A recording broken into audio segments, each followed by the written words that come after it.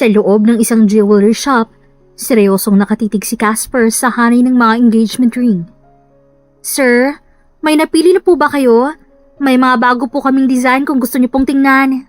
Hindi ko pa alam. Gusto ko yung simple pero elegante. Yung hindi masyadong malaki yung bato pero sapat para magustuhan ng girlfriend ko. Perfect po para sa kanya tong white gold band na may solitaire diamond. Simple pero classy. Magugustuhan kaya niya to? Lagi niyang sinasabi na gusto niya ng romantic proposal. Gusto ko sanang surpresahin siya. Kung gusto niyo pong gawing memorable, marami pong nagpo-propose sa beach o kaya sa rooftop na may city lights. May package deal din po kami kung gusto niyo po ng engraving sa loob ng singsing. Baka gusto niyo ipalagay ang pangalan niyo o anniversary date po ninyo. Talaga? Maganda yan. Pero sa ngayon, bibilhin ko na muna yung singsing. Kapag nakaipon na ako ng sapat, saka ko na lang pag-iisipan yung setup. Sige po sir, siguradong matutuwa ang girlfriend niyo rito. Pagkalabas ng jewelry shop, mahigpit na hinawakan ni Casper ang maliit na kahon sa kanyang bulsa. Napangiti siya habang iniisip kung paano niya isasagawa ang proposal. Magugulat si Junice dito. Siguradong matutuwa siya. Plano niyang ipunin ang natitirang pera para sa isang intimate pero eleganteng proposal. Isang gabi na tiyak hindi nila makakalimutan. Kinabukasan sa opisina, abala siya sa trabaho nang biglang nagpadala ng email ang HR. Isang espesyal na anunsyo mula sa CEO ng kumpanya. To all employees, I am thrilled to invite everyone to a special company gathering this Friday. I would like to formally introduce my fiancé as we celebrate our engagement. Attendance is highly encouraged. See you all there. Nagkatinginan ang mga katrabaho ni Casper at nagsimula ng mag-usap-usap. Wow! May fiancé na pala si Sir. Sino kaya yun? Siguradong bata yun, di ba? Ang yaman naman kasi ni boss. Mukhang magiging engranding party to. Hindi gaanong nagbigay ng pansin si Casper. Wala siyang interes sa personal na buhay ng boss nila. At isa pa, mas abala siyang planuhin ang sariling proposal. Dumating ang gabi ng event. Sa isang marangyang hotel, nagtipon ng mga empleyado. Suot ang kanilang pinakamagagarang kasuotan. Sa stage, nakatayo ang kanilang boss. Isang lalaking nasa 60s na. May dating pero halatang may edad na. Hawak nito ang mikropono habang may malawak ng ngiti sa labi. Salamat sa inyong pagdalo. Ngayong gabi, gusto kong ipakilala sa inyong babaeng nagbigay muli ng kulay sa buhay ko. Ang aking magiging asawa. Nagpalakpakan ng lahat. Sabik na makita kung sino ang babaeng nagpapatipok sa puso ng kanilang boss. Unti-unting lumapit ang isang babae mula sa gilid ng stage. Dahan-dahan itong humakbang papunta sa matandang lalaki. At nang lumabas ito sa liwanag, nabitaw ni Casper ang basong hawak niya. Parang tumigil ang mundo niya. Si Junice, ang kanyang girlfriend, ang babaeng gusto niyang pakasalan ang naroon sa harapan at ang mismong ipinakilalang fiancé ng kanilang boss. Nakatayo lang si Casper sa gitna ng masayang crowd pero para bang nawala ang lahat ng ingay sa paligid niya. Hindi niya marinig ang palakpakan, ang masasayang bulungan ng mga katrabaho niya o kahit ang mismong boses ng kanilang boss habang pinagmamalaki nito ang fiancé niya. Ang babaeng ilang linggo lang ang nakalipas ay kausap niya tungkol sa hinaharap nilang dalawa. Napakapit siya sa gilid ng mesa, pilit pinapakalma ang sariling dibdib na tila binabarena ng sakit. Tila bumagal ang oras habang pinapanood niya si Junice na nakangiti sa matandang lalaki. Yung ngiting minsan ay para sa kanya. Bakit? Paulit-ulit na tanong ni Casper sa kanyang sarili. Pero kahit anong pilit niyang itindihin, hindi niya magawang unawain. Napansin niyang hinawakan ng boss nila ang kamay ni Junice at tinaas ito. Pinapakita ang isang mamahaling engagement ring sa daliri nito. Hindi ang singsing na matagal niyang pinag-ipunan, kundi isang mas magara at mas mamahaling alahas na walang dudang kayang bilhin ng isang mayamang tulad ng boss nila. Kasabay ng realidad na bumagsak sa kanya, doon niya napansing nanginginig ang kamay niya.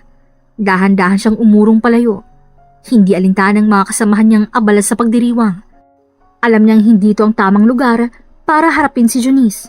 Kailangan niyang makahanap ng tiyempo. Umalis siya sa hall, sumandal sa dingding ng hallway at napabuntong hininga ng malalim. Saglit siyang pumikit, pilit kinakalma ang sarili. Hindi pwedeng ganito lang tumatapos. Kailangan niya ng sagot. Kailangan niyang marinig mula kay Janice mismo kung bakit niya ito ginawa. Kaya naghintay siya. Habang lumilipas ang gabi, lihim niyang binabantay ng bawat galaw ni Janice. Hinahanap ang pagkakataong makausap ito, kahit sandali lang. At sa wakas, nang makita niyang mag-isang lumabas si Janice sa terrace ng hotel, sinundan niya ito. Pigil ang hininga niya habang papalapit. Hindi niya alam kung paano magsisimula. Pero isang bagay ang sigurado, hindi siya aalis nang hindi niya nalalaman ng totoo. Sa terrace ng hotel, malamig ang hangin pero ramdam ni Casper ang naglalagablab na apoy sa kanyang dibdib. Huminto siya ilang hakbang mula kay Janice. Napalingon si Janice at sa sandaling nagtagpo ang mga mata nila, kita niya ang gulat sa mukha nito. Parang biglang natuyo ang lalamunan ni Casper pero hindi niya hahayaang hindi ito magsalita. Sabihin mo sa akin na hindi totoo to. Hindi nakasagot agad si Janice. Kita niyang kaba sa mga mata nito pero mabilis itong iniwas ang tingin. Casper, anong ginagawa mo rito? Dito ka nagtatrabaho? Ano sa tingin mo? Matagal na tayo pero hindi mo alam. Nandito ako para tanungin ka kung anong ibig sabihin nito. Casper, please. Hindi to ang tamang lugar para pag-usapan natin to. Tamang lugar? Kailan mo pa balak sabihin sa akin? Kapag kinasal na kayo? Lalo siyang nag-init sa galit nang makitang nanatili lang si Janice sa kinatatayuan niya. Hindi man lang nagawang sumagot agad. Ilang taon, Janice? Ilang taon kong inisip kung paano kita pasasayahin, kung paano kita aalagaan. Alam mo bang ilang buwan na ako nag-iipon para sa proposal na gusto mo? Alam mo bang hawak ko ngayon ang singsing na binili ko para sa'yo? Pero anong ginawa mo? Iniwan mo ako para sa kanya. Dahan-dahang bumagsak ang tingin ni Janice sa lupa at sa unang pagkakataon, nakita niyang nagigilid ang luha nito. Casper, hindi mo naiintindihan. Anong hindi ko naiintindihan, ha? Sabihin mo sa akin. Pagod na ako, Casper. Napalunok si Casper, hindi sigurado kung tama bang narinig niya. Ano? Huminga ng malalim si Janice bago tumingin muli sa kanya. Pagod na ako. Sa relasyon natin. Sa kung paano tayo. Sa kung paano ka. Ilang taon na tayong ganito. Pero pakiramdam ko, wala tayong pupuntahan. Hindi mo man ako pinaplanong pakasalan. Parang sinuntok si Casper sa kanyang dibdib. Hindi kita pinaplanong pakasalan? Janice, buong buhay ko iniisip ko kung paano kita ipapakilala sa harap ng altar. Naghihintay lang ako ng tamang panahon. Casper, hindi ko kailangan ng tamang panahon. Hindi ko kailangan ng pangako sa hinaharap na hindi ko alam kung kailan mo tutuparin. Kailangan ko ng kasiguraduhan, ng sigurado, ng isang taong kaya kong bigyan ng buhay na gusto ko. Hindi ng isang taong puro plano lang. Napakbang si Casper, hindi makapaniwala sa kanyang narinig. Kaya ka lumipat sa kanya? Dahil ba mas mabilis siya? Dahil ba mas mayaman siya? Dahil kaya niyang ibigay agad ang gusto mo? Hindi sumagot si Janice at doon niya naintindihan ang lahat. Mabigat ang dibdib, nanginginig ang mga kamao, pero hindi na siya nagtanong pa dahil alam niya na ang sagot. Dahan-dahan siyang umatras, hindi na hinayaang makita ni Janice ang luhang pilit ng pinipigilan. Huling beses siyang tiningnan ng babaeng minahal niya ng buong puso. Sana lang, Janice, hindi mo pagsisihan to. At pagkatapos noon, tinalikuran niya na ito. Pero sa bawat hakbang niyang palayo, pakiramdam niya, may bahagi ng pagkatao niyang iniwan niya sa gabing yun. Mabigat ang bawat hakbang ni Casper palabas ng ballroom. Hindi niya alam kung saan siya pupunta. Basta ang gusto lang niya ay makalayo sa lugar na yun. Mabilis siyang sumakay ng kotse at nagmaneho ng walang direksyon. Tinatahak ang kalsada habang ang isip niya ay wasak na wasak pa rin sa mga sinabi ni Janice. Paulit-ulit yung nag-e-echo sa isip niya. Naramdaman niya namumuon naman ang luha sa mga mata niya pero pinigilan niya. Hindi niya alam kung ilang oras siyang nagmaneho. Basta nang mapansin niyang unti-unti nang kumukonting ilaw ng kabihasnan, saka lang niya napagtantong nasa isang liblib na lugar na siya. Wala nang ibang sasakyan sa kalsada. Malapit siya sa isang lumang tulay, walang dumadaan, tahimik, tanging ang tunog ng dumadalo na tubig sa ilalim ng ito ang maririnig. Huminto siya roon. Dahan-dahang bumaba si Casper at lumapit sa railing ng tulay. Kinuha niyang maliit na kahon sa kanyang bulsa, tinitigan ito at isang mapait na ngiti ang lumabas sa kanyang labi. Para saan pa to? Binuksan niya ang kahon, inaninag ang singsing na pinaghirapan niyang bilhin. Ang singsing na para kay Janice. Ang singsing na hindi niya na kailanman magagamit. Wala nang silbi to. Sa walang pag-aalinlangan, hinagis nito pababa ng tulay. Aray! Napakurap si Casper. Nanggaling ang boses sa ilalim ng tulay, napayuko siya at doon niya nakita ang isang babae. Nakaupo ito sa isang malaking bato sa gilid ng ilog. Marungis ang suot, tila ilang araw nang hindi naliligo. Pero kahit sa ganong kalagayan, may kakaiba siyang ganda. Mahaba ang buhok nito, magulo, pero bumagay sa maamong mukha niya. Nakataas ang isang kamay nito, hawak ang maliit na kahon na hinagis niya. Tumingala ang babae, kita ang iritasyon sa muka. Ano to? Oh, nagtatapon ka ng pera? Kung ayaw mo dito, aba, akin na lang to. Binuksan nito ang kahon at nanlaking mata nang makitang singsing. Wow! Ang mahal siguro nito Jackpot! Napatulala si Casper. Hindi niya alam kung matatawa o maiinis. Hoy, akin yan. Tinapon mo na eh. Pag-aari na to ng ilog at ng kahit sinong makadampot. At ako yon. Tumingala ito't ngumiti.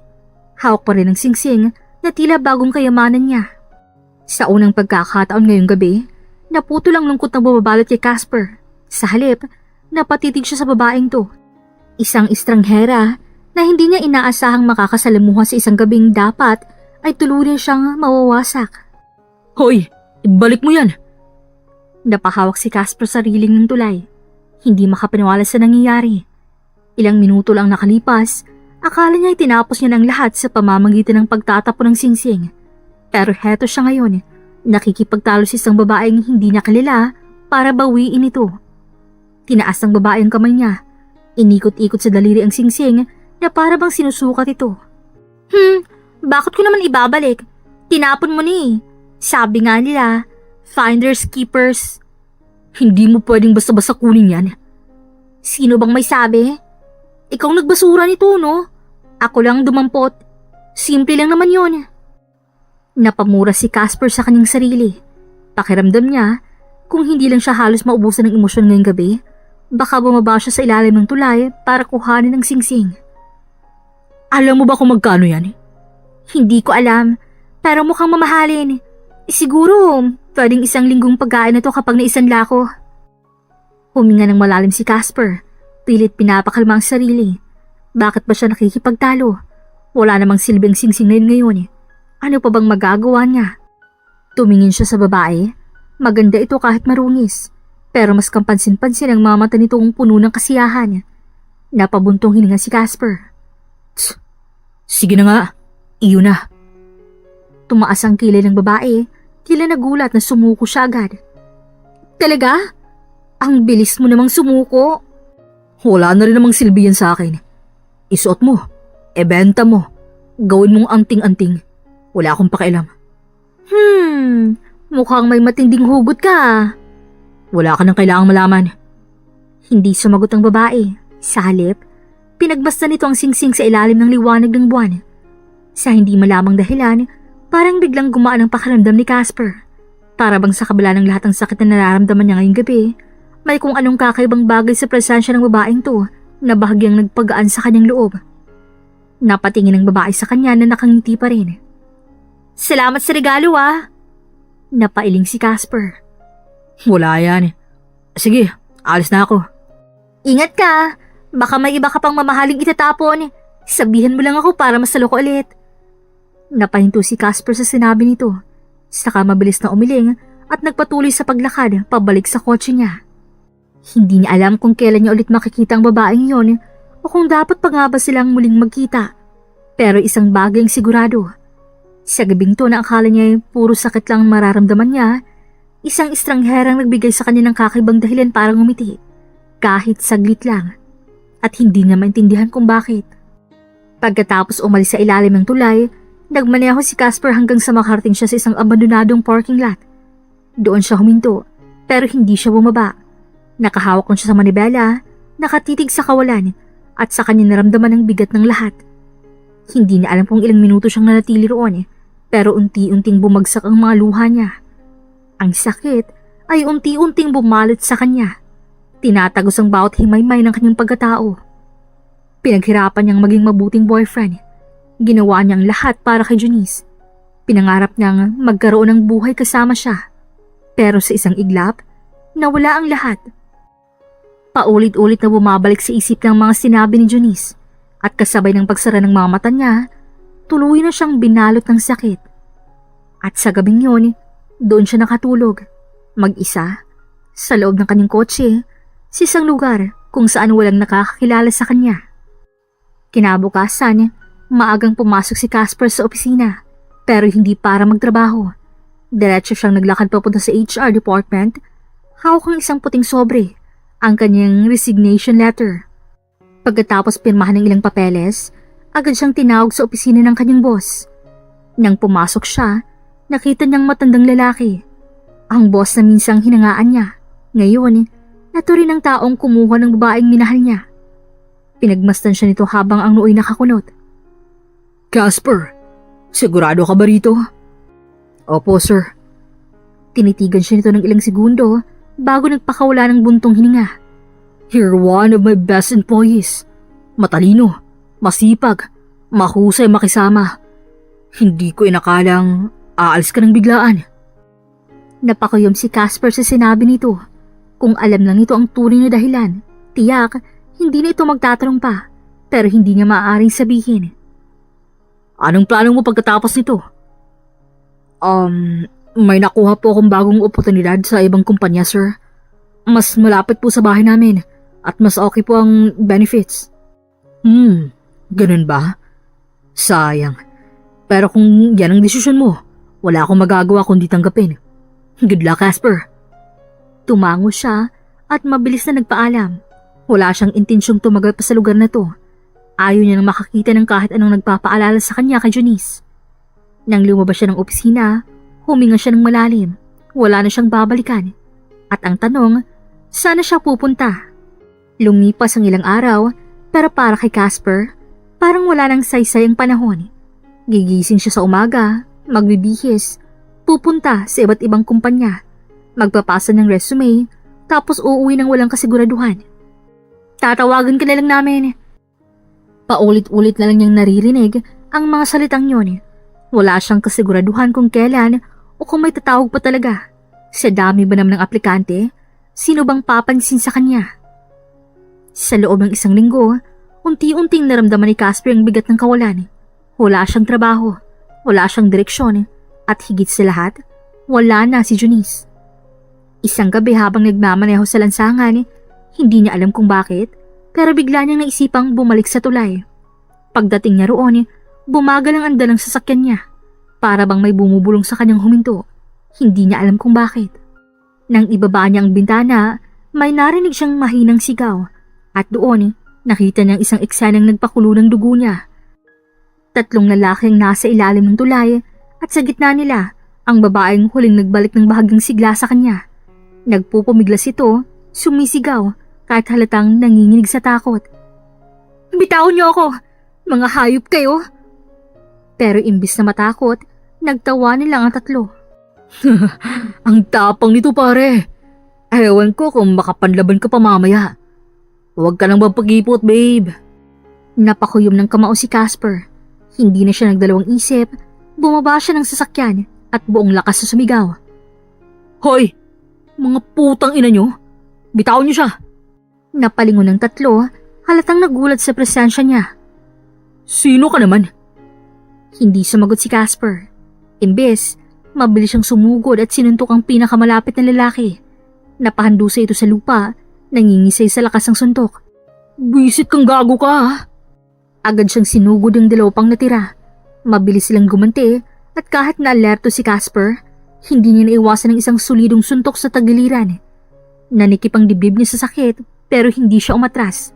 Gamit ang natitira niyang lakas, nilabanan niya ang 2. 2 suntok sa sikmura, isang sipa sa tuhod, 2 sapak sa panga.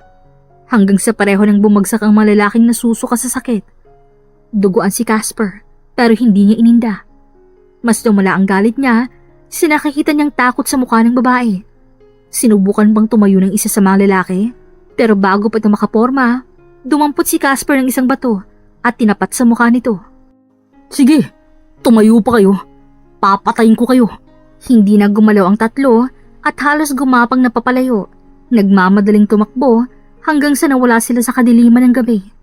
Nang masigurong wala ng panganib, hinarap ni Casper ang babae. Ayos ka lang? Sa halip na sumagot, tinitigan siya ng babae. Ilang segundo lang lumipas, pero pakiramdam ni Casper parang tagtagal yun ng isang buong taon.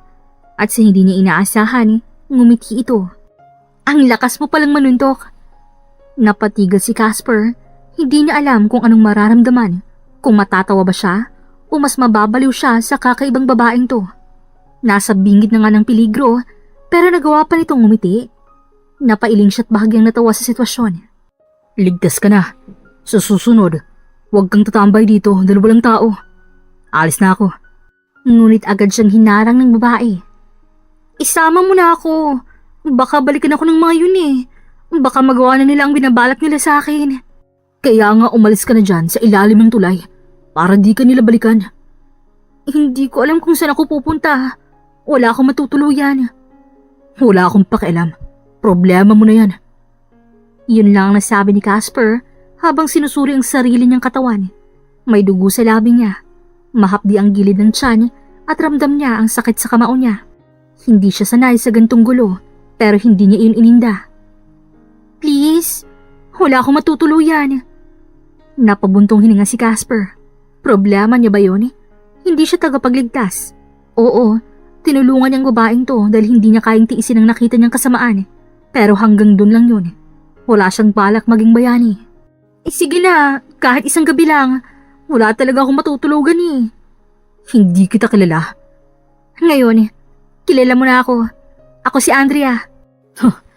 Hindi ka ba natatakot sumama sa akin?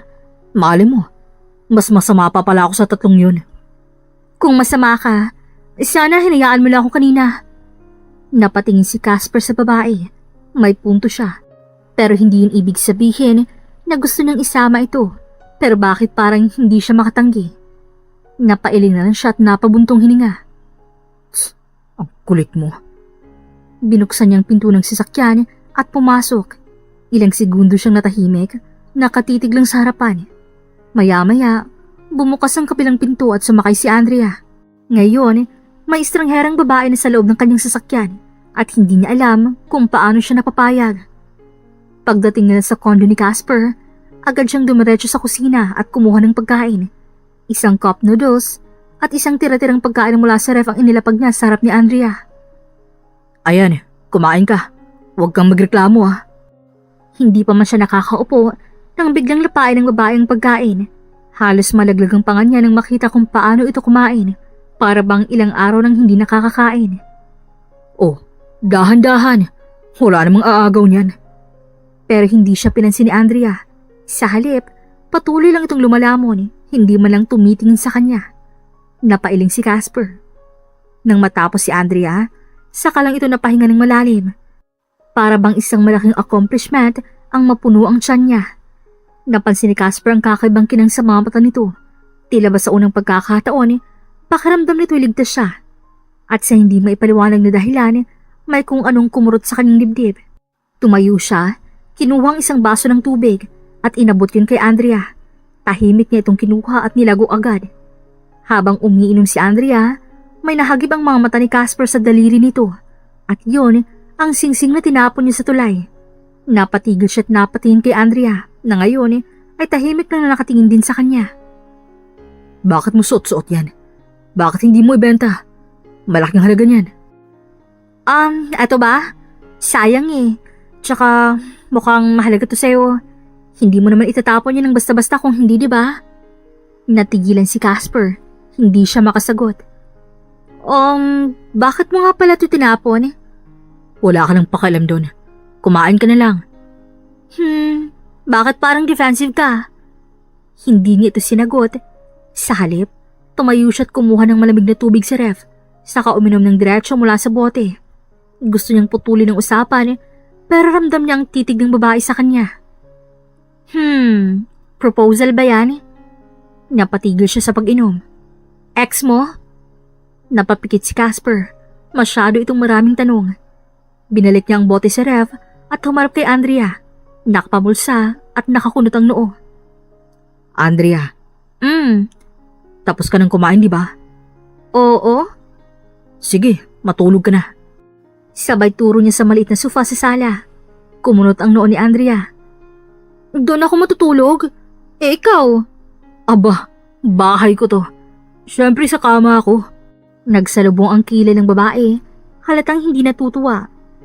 Ang unfair mo naman. Napabuntong hininga si Casper. Umiling na lang siya at tinalikuran nito saka naglakad papunta sa kwarto.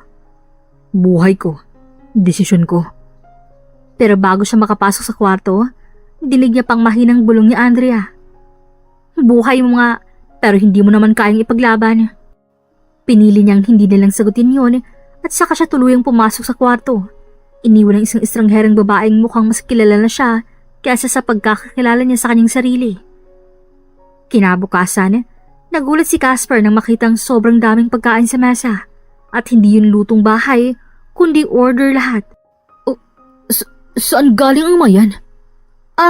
Sorry hindi na ako nakapagpaalam. Tulog ka pa eh. Kinuha ko ng phone mo, tag-order ako. Ano?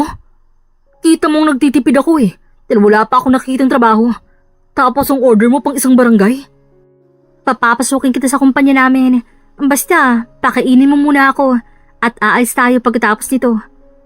Nanlaking mga mata ni Casper habang nakatitig kay Andrea. Anong pinagsasabi mo? Humigop ng sabaw si Andrea mula sa isang mangkok ng ramen na order niya at walang kaabog-abog na sumagot. Sabi ko, ipapasok kita sa kumpanya namin. Kumpanya niyo? Anong kumpanya? Family business namin. Malaki. Kilala. Tipong kahit saan ka mag-apply, pag sinabi mong may connection ka sa amin, tanggap ka agad. Napanganga si Casper. Parang gusto niyang matawa, pero hindi niya magawa. So, gusto mong sabihin, isa kang mayaman na spoiled brat na napadpad sa tulay dahil nagrebelde ka? Basically, oo. Natahimik si Casper. Sinuri ng mabuti ang itsura nito. Oo nga, kahit madungis at mukhang palaboy nung una niya itong nakita, may kakaibang kinis ang balat nito. Maayos ang hugis ng muka. Magandang tindig kahit pasawing ugali. At ngayon, mas lalo siyang naguguluhan.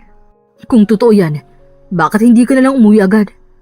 Sinubukan ko, pero ang pride ko, besh, mas mataas pa sa career ladder na sinasampa mo dati. Buisit. Napahalakhak naman si Andrea. Napagalitan kasi ako ni Dad.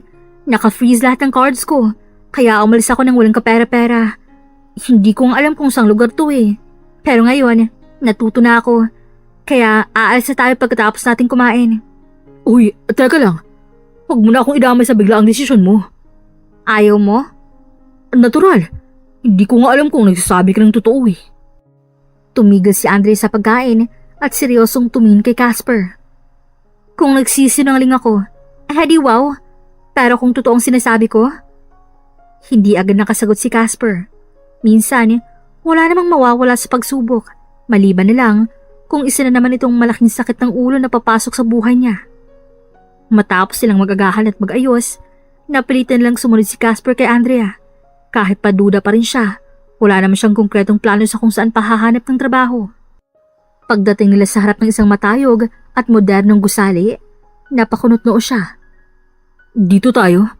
Sigurado ka? Bakit? Mukha bang hindi ako bagay dito? Mas mukha kang bagay sa kalik kaysa sa opisina. Pinandilaran siya ni Andrea bago patakbong pumasok sa loob ng building. Napilitan namang sumunod si Casper, pero nanatili ang kanyang pagdududa. Pagkapasok nila sa lobby, agad na napansin ng mga empleyado ang presensya ni Andrea. Ilang segundo pang lumilipas, nagsimula nang lumapit ang ilan. Ang iba'y nagulat, ang iba na may halatang nag-aalala. Ma'am Andrea? Ma'am, saan po kayo nagpunta? Hinahanap po kayo ni Sir. Ma'am, ayos lang po ba kayo? Napako sa kinatatayuan si Casper. Tila hindi makapaniwala sa nangyayari. Totoo nga ang sinasabi ng babae. Holy cow! Ngumiti si Andrea sa mga empleyado na tila hindi alintana ang pagiging sentro ng atensyon. Relax lang kayo. Buhay pa ako. Nandito na ako ulit. Sabay kindat niya sa isang empleyado na halatang naiiyak na sa tuwa. Lalong hindi nakapagsalita si Casper. Hindi ito isang maliit na kumpanya lang. Isa ito sa pinakamalaki at pinakakilalang korporasyon sa bansa. At ang babaeng mukhang palaboy lang kahapon ay isa palang anak mayaman. Napahawak siya sa kanyang sentido. Pagpasok nila sa opisina ng CEO, agad bumunga ng isang matikas at matandang lalaki na nakaupo sa isang eleganteng leather chair. Malamig ang titig nito habang pinagmamasan si Andrea, pero halata sa kanyang mga mata ang pinaghalong galit at pag-aalala.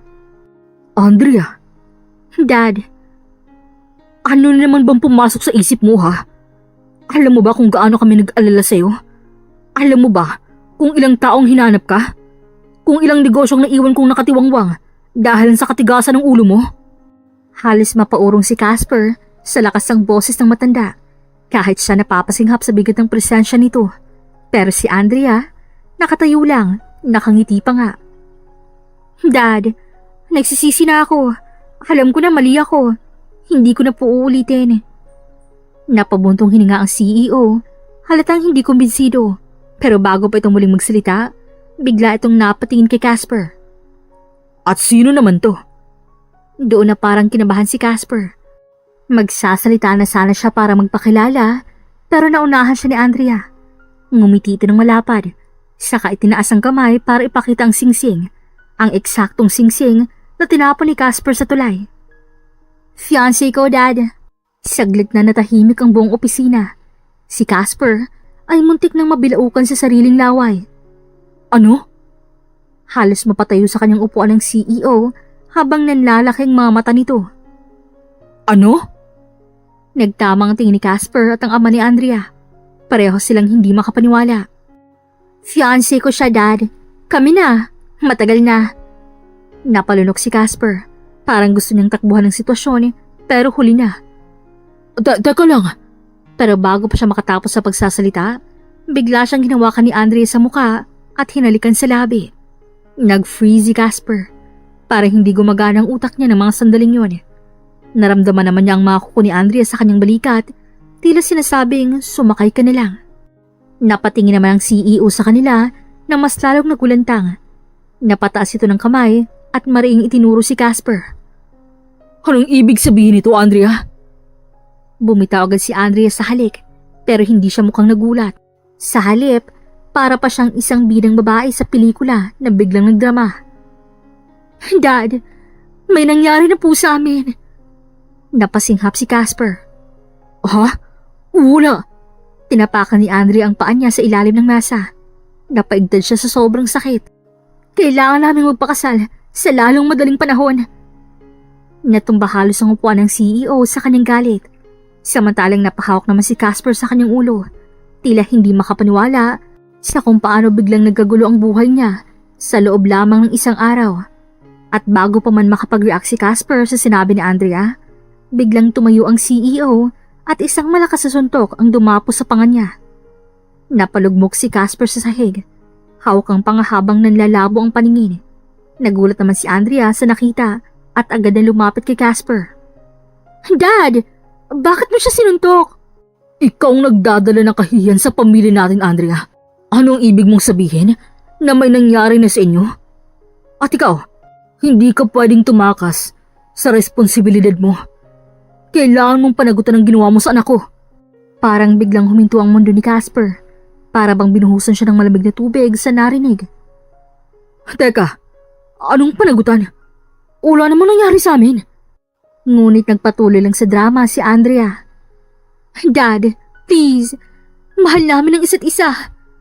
Sabay tingin kay Casper na para bang isang helpless na dalagang umiibig. Mahal? Kailan pa? Huminga ng malalim ang CEO. Baka sa mukha nito ang galit, pero hataring nag-iisip ito ng mabilis na solusyon. Hanggang sa bigla itong tumingin kay Andrea, saka bumaling kay Casper. Wala nang ibang paraan. Magpapakasal kayo. Agad-agad. Ha? Nagulantang siya, pero si Andrea halatang kinikilig pa. Oh, sige po. Kailan ang kasal? Bukas? Seryoso ako.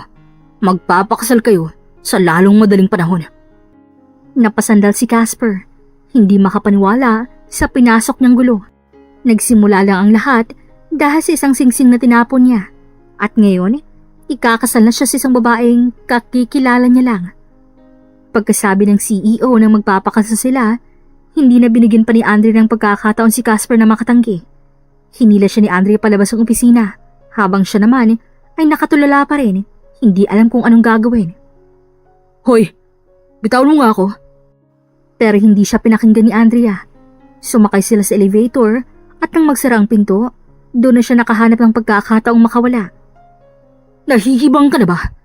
Kasal agad? Ano to? Scripted drama? Nakangising sumandal lang si Andrea sa dingding ng elevator. Tila walang problema sa sinabi niya kanina. Oo nga no. Magandang plot twist yun. Pero, seryoso ako. Tiningnan siya ni Casper ng masama. Halos gusto niyang mabaliw sa pinasok niyang sitwasyon. Ano bang trip mo ha? Hindi mo ba naiisip kung gaano kalaking gulo to? Paano ako? Wala akong balak magpakasal sa'yo. Hindi kita mahal. Hindi kita gusto. At ganun ka din sa akin. Wala akong trabaho. Wala akong pera. Wala akong plano sa buhay ngayon. Kailangan mo ng trabaho? Marry me. Broken-hearted ka at ayaw mong mapag-iwanan? Marry me. Gamitin mo ako. Wala akong pakialam. Dahil sa oras na niligtas mo ako noon, wala na akong ibang gustong gawin kundi ang tulungan ka. Tumama ang mga salitang yon kay Casper. Napabuntong hininga siya. Baliw ka na. Baliw ka rin, kaya bagay tayo. Natigil naman sila sa pag-uusap nang bumukas ang pinto. Bumalik sila sa kondo ni Casper at pagdating nila, hindi pa rin ito makapaniwala sa nangyayari. Agad siyang pumasok at nagtanggal ng coat habang sumunod lang si Andrea na parang wala lang nangyari. Alam mo, nakakabaliw ko talaga. Salamat. Napahawak si Casper sa kanyang sentido, pinipilit intindihin kung paano siya nakapasok sa ganitong gulo. Andrea, seryoso, ano bang pakay mo? Bakit mo ginagawa to? Sinabi ko na, kailangan natin ng isa't isa. Hindi kita kailangan. Talaga? Kung wala sa isip mong paghihiganti sa ex mo, di wow. Pero ako, nandito na at handa kitang tulungan. Aminin mo, gusto mong ipamukha sa kanila kung anong nawala nila. Gusto mong patunayan sa ex mo na mali siya sa pagtrato sa'yo. Napakuyumang kamao ni Casper. Mali ba ang sabihin na wala siyang pake? Natapos na ang lahat, pero hindi niya kayang lokohin ang sarili niya. Nasasaktan pa rin siya. Galit pa rin siya. Huminga siya ng malalim, umupo sa sofa, at saka muling tiningnan ng babaeng bigla nalang sumulpot sa buhay niya. Alam mo ba kung bakit ko tinapon ang singsing na yun? Natahimik si Andrea. Dahil ipinundar ko yun sa loob ng matagal na panahon. Dahil inakala kong ako nang pipiliin niya. Inakala kong sapat na ako. Pero anong ginawa niya? Iniwan niya ako para sa mas mayaman, sa mas makapangyarihan. Dahil sa tingin niya, wala akong patutunguhan. Tumahimik ang kwarto. Ngayon lang niya naamin ng buo ang sakit na pilit niyang iniiwasan. Umalis ako sa trabaho ko dahil nasasaktan at nagagalit ako kapag nakikita kong boss ko na siyang pinili ng babaeng mahal ko. So ano? Hahayaan mo na lang yun? O gagamitin mong pagkakataong to para patunayan sa kanila na nagkamali sila? Napatingin si Casper kay Andrea at sa unang pagkakataon, tila nag-isip siya ng isang posibilidad. Dapat ba niyang tanggapin ang alok nito? Dapat ba niyang gamitin ang pagkakataong to? Muling naglaro sa isip niya ang mukha ng ex niyang si Janice. Ang babaeng minahal niya ng buong puso pero tinalikuran lang siya ng walang pag-aalinlangan. At ngayon, may isang babae sa harapan niya. Isang mayamang babaeng kayang ibigay ang lahat ng nawala sa kanya. Huminga siya ng malalim. So, gusto mong magpakasal tayong dalawa? Yup. At bibigyan mo ako ng trabaho? Siyempre. At gusto mong gamitin ko ang sitwasyong to para ipamukha sa kanila na nagkamali sila? Lalo ng ex ko? Mas lumawak ang ngiti ni Andrea. Now you're getting it. Huminga ulit ang malalim si Casper, saka muling tumingin kay Andrea. Sa huli, napapikit siya at saglit na kinuyom ang kamao. Sige. Nagulat si Andrea sa kanyang sagot, pero mas nagibabaw ang excitement sa mukha nito. So, nag-oo ka na? Oo. Dahil sikat ang kumpanya ng pamilya ni Andrea, mabilis na kumalat ang balita tungkol sa engagement nilang dalawa ni Casper. Lahat ng media outlets, business partners, at empleyado ng kumpanya ay nagulat, lalo na si Junice at ang dating boss ni Casper. Sa loob lamang ng ilang araw, nagbagong mundo ni Casper. Mula sa isang lalaking iniwan at tinapakan, ngayon ay tinitingala na siya ng marami. Ngunit sa gitna ng lahat ng to, isang bagay hindi niya inaasahan, si Andrea. Akala niya nung una, isang spoiled brat lang ito. Isang babaeng sanay sa luho, mayaman, walang pakialam sa mundo. Ngunit habang lumilipas ang mga araw, unti-unti niyang nakikita ang ibang bahagi ni Andrea. Ang isang babaeng maalaga, masayahin, at totoong tao. Si Andrea ang unang nag-aalok ng pagkain sa kanya tuwing late na siyang natatapos sa trabaho. Si Andrea ang sumasaway sa kanya kapag wala na siyang pahinga. Si Andrea ang nagpapatawa sa kanya tuwing nakakaramdam siya ng lungkot. At si Andrea ang nagpaparamdam sa kanya ng halaga. Sa unang pagkakataon mula nang masaktan siya.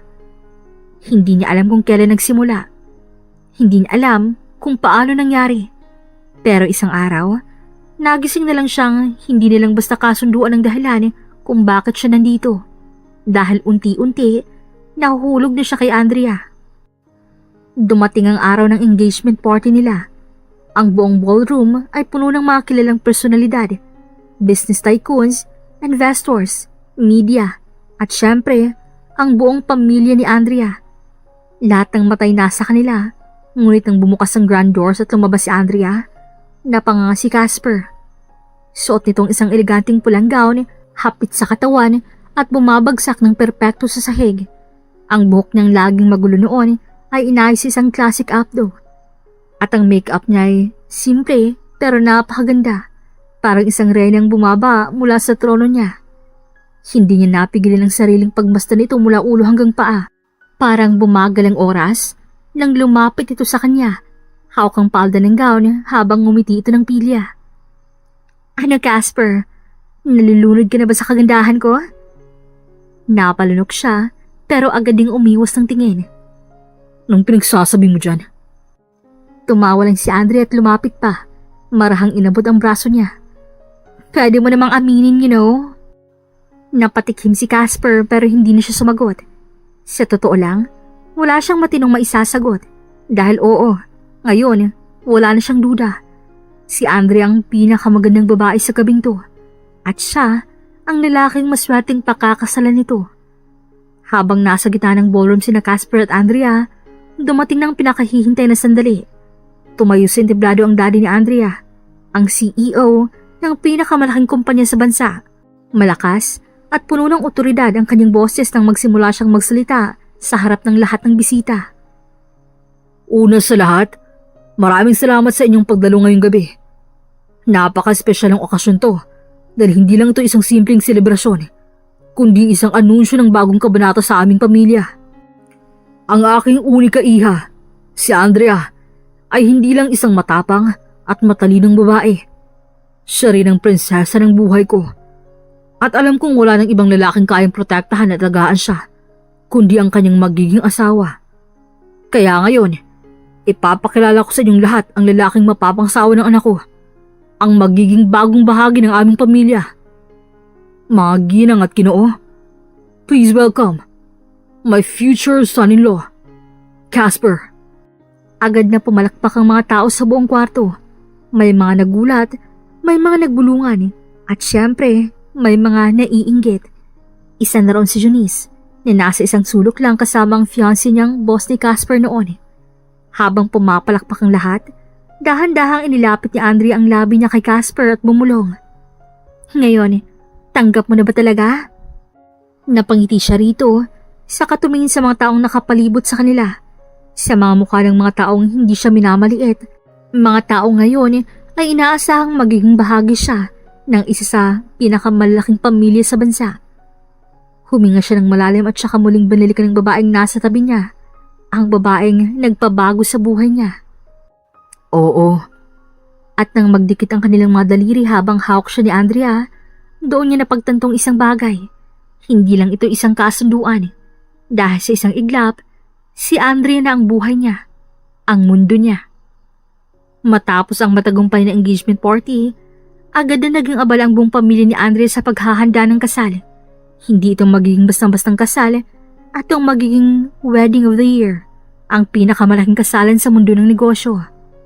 Si Casper, kahit hindi pa rin makapaniwala sa bilis ng mga pangyayari, ay unti-unting nasanay sa bagong buhay niya. Ngayon, hindi na lang siya basta dating empleyado.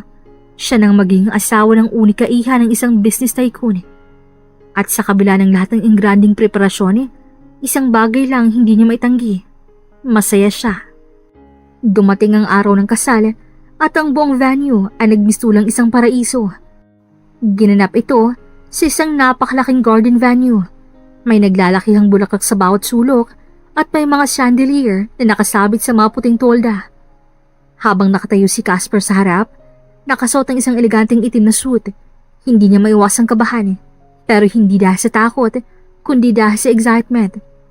At nang tumugtog na ang wedding march, napanganga siya. Dahan-dahang lumakad si Andrea, suot ang isang malaprinsesang white gown na may mahahabang lace tails. Ang veil niya ay dumadaloy sa hangin at bawat hakbang niya ay parang nagpapabagal sa mundo ni Casper. Napakaganda niya. Sinimula na ng pareng seremonya. Sa buong kasal, nakatitig lang si Casper sa babaeng nasa harapan niya. Ito na ang babaeng magiging asawa niya. Ang babaeng nagbigay ng bagong direksyon sa buhay niya. At nang dumating sa bahagi na "You may now kiss the bride", napalunok si Casper. At bago pa siya makagalaw, si Andrea na mismong lumapit at malakas na hinila ang kanyang kwelyo, saka siya hinalikan sa harap ng lahat. Nagtilian ng mga bisita at napahiyaw ang iba. Pagkatapos ng halik, bumulong si Andrea sa kanya. "You're mine now, Casper." I always was. At doon nagsimula ang kanilang bagong buhay. Hindi lang bilang mag-asawa, kundi bilang dalawang taong hindi inaasahan ng pagmamahal. Pero natagpuan ito sa isa't isa. Pagkatapos ng kasal, opisyal nang si Casper ang bagong CEO ng kumpanya. Ang isang dating simpleng empleyado, ngayon ay isa ng respetadong negosyante. Ngunit sa kabila ng yaman at kapangyarihang hawak niya, may isang bagay na mas mahalaga sa kanya. Si Andrea. Hindi ito natatakot tumulong sa trabaho niya at lagi pang nasa kanyang tabi. At kung minsan, siya pang nagpapagaan ng araw nito. At yun ang pinakagusto ni Casper sa kanya. Pagkatapos ng isang mahabang araw sa opisina, dumiretso si Casper sa kanilang bahay. Agad siyang sinilubong ni Andrea. Suot lang isang simpleng oversized shirt at nakatali ang buhok. Ang tagal mong umuwi ha. Naiinip na ako rito mag-isa. Napailing si Casper sa kaniyakap ito mula sa likod. Aba, edi sana sumama ka na sa akin sa opisina kanina. Nakakatamad. Tsaka gusto kong hintayin ka talaga umuwi. Napangiti si Casper. Ang Andrea na dating matigas ang ulo at mahilig sumuway, ngayon ay mas mahinahon na. Alam mo, napapansin ko lately. Ano na naman? Parang nahulog ka na sa akin eh. Anong pinagsasabi mo dyan? Aminin mo na kasi. Sa halip na sumagot, ngumiti lang si Casper sa kamarahang hinaplos ang pisngi nito. Bakit? Gusto mo ba ako mahulog sa'yo? Nanlaki ang mga mata ni Andrea, saka agad nang umiwas ng tingin. Hindi naman sa ganon. Oh, namumula ka, Andrea. Hindi init lang to. Napatawa si Casper. Hinawakan niyang kamay nito at marahang hinaplos gamit ang hinalaki niya. Paano kung sabihin ko sa'yo matagal na ako nahulog? Ha? Wala. Ang sabi ko, maganda ka. Hindi na lamang umimig pa si Andrea at ngumiti na lang. At sa gabing yon, habang tahimik silang magkasama sa ilalim ng malamlam na ilaw ng sala, unti-unting napagtando ni Casper. Wala na siyang dapat ipagpanggap dahil oo, mahal niya na ito. Mabilis na lumipas ang mga buwan at sa bawat araw na magkasama sila, lalong tumitibay ang samahan ni Casper at Andrea. Hindi lang sila partner sa trabaho, kundi pati na rin sa buhay. Kahit hindi nila sinasabi, ramdam nilang pagmamahal na unti-unting lumalalim sa pagitan nila.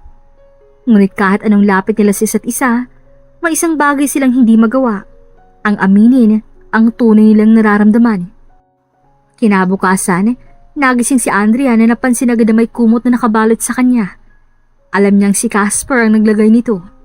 Ngumiti siya ng bahagya bago umupo ng maayos.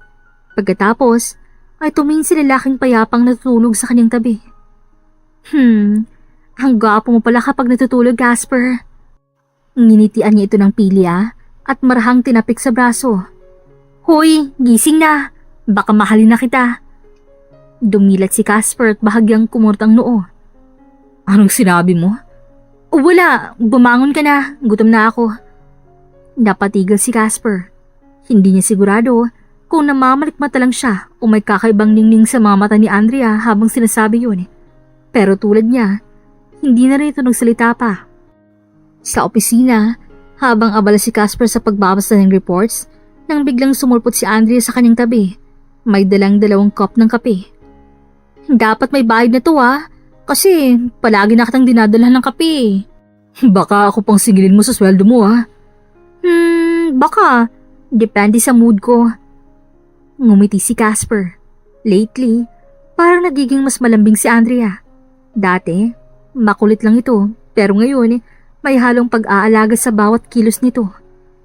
Isang gabi, pauwi na sila mula sa isang business event. Tahimik lang si Andrea sa passenger seat habang nagmamaneho si Casper. Ilang ulit na niyang nahuling sumusulap ito sa kanya pero hindi naman nagsasalita. Anong inisip mo? Wala naman. Andrea, kilala na kita. Kapag ganyan ang itsura mo, may inisip kang kalokohan. Napatawa si Andrea at saka tumingin sa labas ng bintana.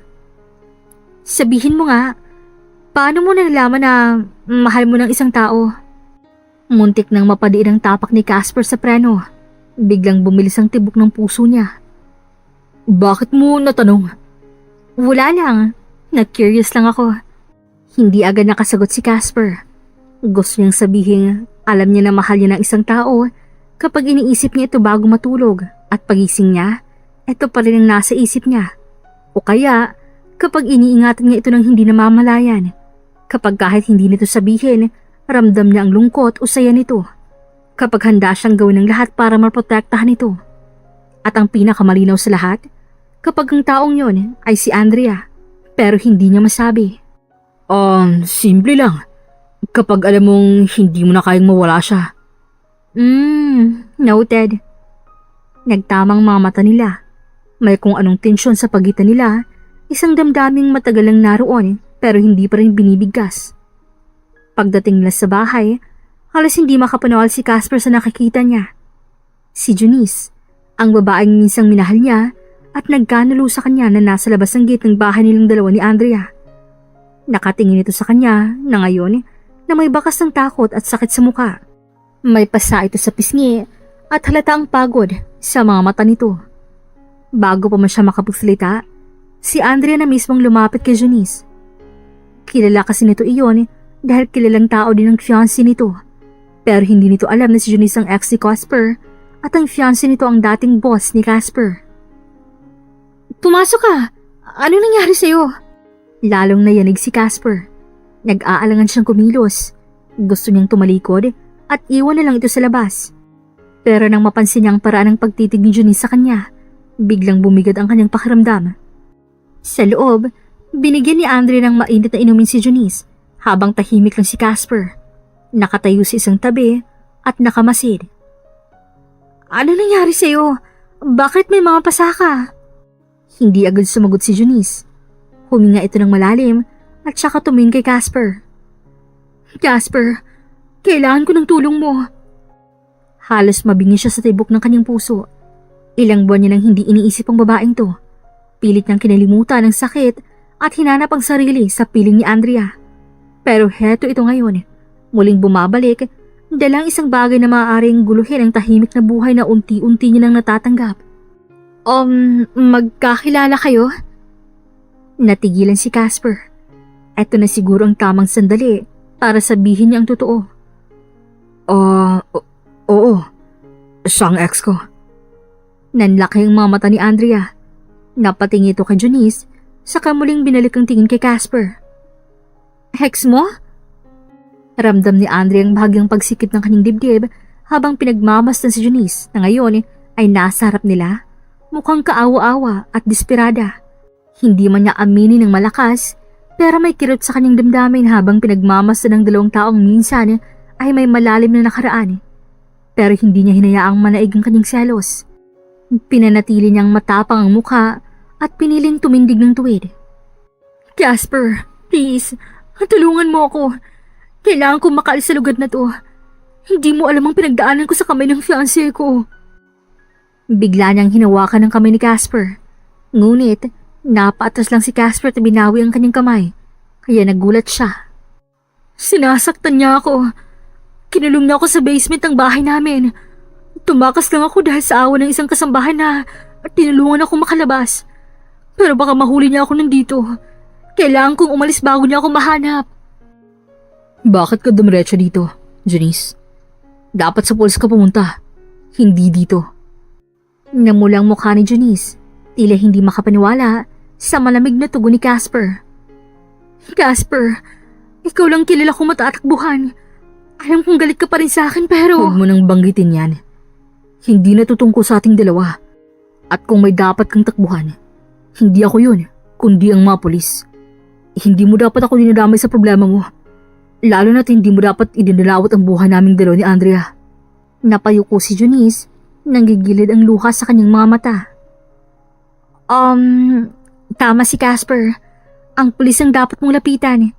Huwag kang mag-alala. Tutulong kami para maisumbong ang asawa mo sa tamang kinauukulan. Pero huwag mong aasahan na tatakasan mo lang to nang hindi mo hinaharap ang sitwasyon mo.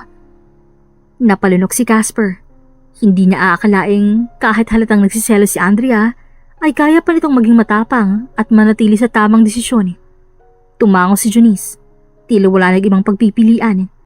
Alam niyang hindi na siya pwedeng umasa kay Casper. Hindi na itong lalaking laging handang tumulong sa kanya dati. Tatawag ako ng abogado at pupunta tayo sa pulis. Kung talagang gusto mo makatakas, doon ka magsimula. Tumingin si Janice kay Casper sa huling pagkakataon, tila umaasa ng ibang sagot, pero alam niyang wala na siyang laban. Casper, sa kwarto na muna ako Hahayaan ko na muna kayong makapag-usap. Pagkasabi noon, ay agaran din siyang pumanhik sa kwarto. Ngunit sa loob-loob niya, hindi niya alam kung bakit may takot siyang nararamdaman. Takot na baka bumalik ang damdamin ni Casper para sa ex nito. Pumasok si Andrea sa kwarto, pero hindi niya maiwasang mapatingin sa pinto bago ito tuluyang sumara. Hindi niya alam kung bakit parang may kung anong kirot sa dibdib niya habang iniwan niyang mag-usap ang dalawa. Dapat wala akong pakialam. Dapat hindi ako apektado. Ako naman ang nagsuggest kay Casper na gamitin ako para sa ex niya, diba? Para malaman ng ex niya na worth it siya. Pero, bakit ganito? Niibulong niya sa kanyang sarili. Umupo siya sa gilid ng kama at hinubad ang sapatos. Ngunit kahit anong gawin niyang paghinga ng malalim, hindi niya maialis ang pakiramdam na parang may mali. Maya-maya lang, bumukas ang pinto at pumasok si Casper. Mukhang seryoso ito at halatang pagod. Ihahatid ko muna siya sa presinto para makapagsumbong. Walang ibang makakatulong sa kanya kundi ang mga pulis. Sige, pero mag-iingat ka. Tumango si Casper saka lumapit at bahagyang hinaplos ang kanyang buhok bago tuluyang lumabas. Naiwan si Andrea sa kwartong tahimik, pero ang isip niya ay hindi mapakali. Hindi naman gustong aminin, pero sa mga oras na yun, nagsiselo siya. At higit sa lahat, natatakot siya. Natatakot siyang baka bumalik pa si Casper sa babaeng minsan ding minahal nito. Pagbalik ni Casper, pasado 10:00 na ng gabi. Tahimik na ang paligid at tanging ang malamdam na ilaw na lang mula sa lampshade ang nagbibigay liwanag sa sala. Nakita niya si Andre ang nakaupo sa couch, tila hinihintay ang kanyang pagdating. Kumusta si Janice? Pinagpag ni Casper ang kanyang kwelyo at umupo sa tapat nito. Nasa pangangalaga na siya ng mga pulis. May mga abogado nang hahawak sa kaso niya. Safe na siya. Tumango lang si Andrea at ilang saglit na katahimikan ang bumalot sa kanila bago siya muling nagsalita. Casper, kung mahal mo pa siya, pwede naman tayong maghiwalay. Nanatiling nakatitig si Casper kay Andrea, tila nagulat sa sinabi nito. Seryoso ako, hindi kita pipigilan kung siya pa rin ang mahal mo. Ayoko namang maging hadlang sa kung anong tunay mong nararamdaman. Akala ni Andrea, sasagot ito ng formal o kaya na may tatanggi. Pero sa halip, bigla siyang hinila ni Casper palapit at bago pa niya maprosesong nangyari, mariin siyang hinalikan nito sa labi. Mainit, madiin at punong-puno ng damdamin. Andrea, matagal nang tapos ang kwento naming dalawa ni Junice. Oo, naawa ko sa kanya. Pero hanggang doon lang yun. Ikaw nang mahal ko. Nanlaking mata ni Andrea, hindi alam kung paniniwalaan ito. Ikaw ang dahilan kung bakit bumangon ako muli. Ikaw ang dahilan kung bakit ako ngumingiti ulit. At sa paglipas ng panahon, hindi ko na malayan. Ikaw na palang mahal ko. Hindi na to palabas lang, Andrea. Totoo na to. Hindi na napigilan ni Andrea ang sarili. Hindi niya si Casper sa panibagong halik at doon, tuluyang natunaw ang lahat ng alinlangan niya. At sa gabing yun ay hindi lamang isang kasunduan ng lahat, kundi isang patunay na sila'y tunay ng nagmamahalan.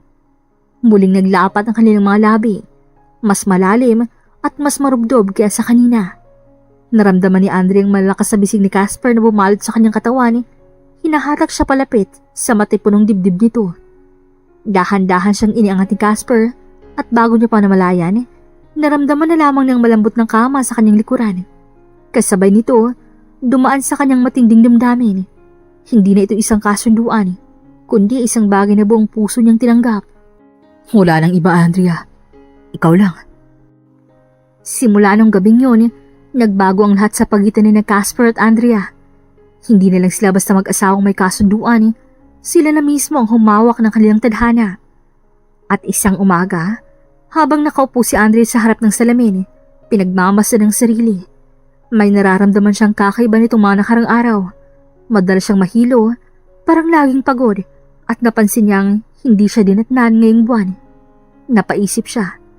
Agad siyang bumili ng pregnancy test nang hindi sinasabi kay Casper. Habang naghihintay sa resulta, hindi nga mapigilin ang kaba. At nang lumabas ang 2 linya, napahawak siya sa kanyang tiyan, tila hindi makapaniwala. Buntis ako. Hindi niya alam kung paano ipapaliwanag ang saya at kaba na nararamdaman niya. Agad niyang hinintay si Casper na umuwi mula sa opisina. Pagpasok nito sa bahay, sinalubong siya ni Andrea na may hawak ng maliit na kahon. Ano yan? Ngumiti si Andrea at binigay sa kanyang kahon. Dahan-dahan itong binuksan ni Casper at nang makita ang pregnancy test sa loob, natulala siya. Andrea, buntis ka? Oo, Casper. Magiging tatay ka na. Bigla niyang niyakap ng mahigpit si Andrea. Hinalikan nito sa noo at saka nilagay ang kamay sa tiyan nito. Simula ngayon, wala nang makakasakit sa inyo. Ibibigay kong lahat para sa iyo. Sa inyo ng anak natin. Naiyak si Andrea. Hindi dahil sa takot, kundi dahil sa labis na kasiyahan. Ang kasal nilang nagsimula sa kasunduan ay nauwi sa tunay na pagmamahal. At ngayon, bubuo na sila ng sarili nilang pamilya. Simula nang malaman nilang buntis si Andrea, mas lalo pang naging maalaga si Casper. Ting umaga, siyang gumagising ng maaga upang ipagluto ng masustansyang pagkain ng asawa. Kahit abal sa pagiging CEO ng kumpanya, sinisigurado niyang palaging maayos ang lagay ni Andrea. Bawal kang magpuyat, bawal kang mag-stress, at higit sa lahat, bawal kang maglakad ng malayo. Sabay lapag ng baso ng gatas sa harap ni Andrea. Casper, buntis lang ako, hindi may sakit. Hindi na baling OA ako. Basta sigurado akong ligtas kayo ng baby natin. Natatawa na lang si Andrea. Hindi niya akalain ang lalaking dating suplado at walang pakialam sa kanya ay magiging ganito kaalaga at protective sa kanilang 2 ng anak niya. Mabilis lumipas ang mga buwan at sa bawat araw na dumarating, mas lalong lumalalim ang pagmamahalan nila. Hanggang sa dumating ang pinakaimportanteng araw. Nang sumapit ang gabi, habang mahimbing na natutulog si Casper, nagising siya sa mahinang ungol ni Andrea. Agad siyang napabangon at nakita niyang tila nahihirapan nito. Andrea? Anong nangyayari? Masakit ba? May masakit ba? Anong gusto mo? Casper, parang lalabas na siya. Halos mabaliw si Casper sa kaba habang minamaneho ang kotse papunta sa ospital. Hindi niya alam kung paano sila agad nakarating doon. Pero ang tanging nasa isip niya ay kailangan niyang tiyakin na magiging maayos si Andrea at ang anak nila. Matapos ang ilang oras sa paghihintay sa labas ng delivery room, sa wakas lumabas ang doktor na may dalang magandang balita. Congratulations, Sir Casper. May baby boy na po kayo. Malusog po silang mag-ina. Hindi niya napigilan ang pagpatak ng kanyang mga luha. Dali-dali siyang pumasok sa loob ng kwarto at doon nakita niya si Andrea. Pagod, ngunit may ngiti sa labi habang yakap ang kanilang munting himala. Salamat, Andrea. Binigyan mo ako ng dahilan para mahalin ulit ang buhay. Anong ipapangalan natin sa kanya? Calexto. Ang ibig sabihin, pinagpala. Dahil dumating siya sa atin sa tamang panahon, sa tamang pagkakataon. Calexto Villarreal, ang anak natin. Lumipas ang ilang taon at ang tahanan nila ay naging puno ng halakhak at kasiyahan. Si Casper na dating broken-hearted at hindi sigurado sa buhay ay isa ng responsableng asawa at mapagmahal na ama. Si Andrea naman na dating makulit at spoiled ay mas naging matatag bilang isang ina at partner sa buhay ni Casper. Isang gabi habang nasa garden sila at pinagmamasa ng naglalaro nilang anak ay may naalala si Andrea. Naalala mo pa ba ang araw na tinapon mo ang singsing? Kung alam ko lang na babalik din sa akin yun sa ibang paraan, hindi ko na sana tinapon. Dahil ang singsing na yun, siyang naging daan para makalala kita at magkaroon ng pamilyang ganito. Hinila ni Andrea ang asawa at hinalikan nito. Mahal kita, Casper. At mamahalin kita araw-araw habang buhay. Mahalin kita, Andrea. At sa ilalim ng liwanag na buwan, isang kwento ng hindi inaasahang pag-ibig ang nagkaroon ng masayang wakas. Dito na po nagtatapos ang magandang kwentong ito. Hanggang sa susunod pong muli. This is Regine here in Kuya Agustin Stories. Daghan kayong salamat!